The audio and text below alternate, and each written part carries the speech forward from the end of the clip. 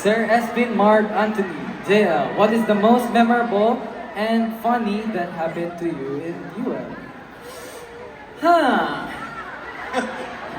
Sa totoo, parang sobrang daming memorable and sobrang, ano po yun? Ano po yun?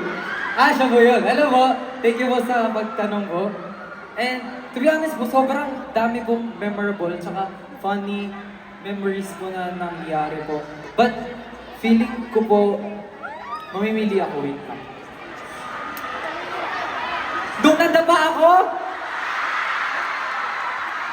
Grabe! Hindi, o sige, ayun na po.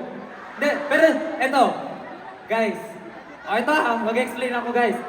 Kasi nung time po na yon, halos lahat ng game, sinalihan ko po noon. Diba po? Alam niyo yun, alam niyo yun. Alam niyo yun. Tapos po, sinasabi ko na sa kanila yun, kumain na po kami lahat-lahat, nag-energy drink na po ako lahat-lahat. Tapos, nangihina na po yung legs ko.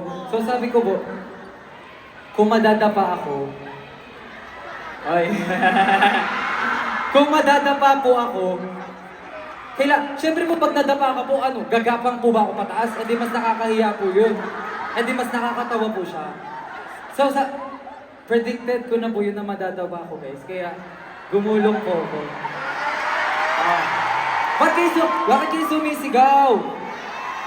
Pero, sige, kung funny siya sa inyo, then ayun po yung sagot ko. Sige mo. Okay. Yeah. Next!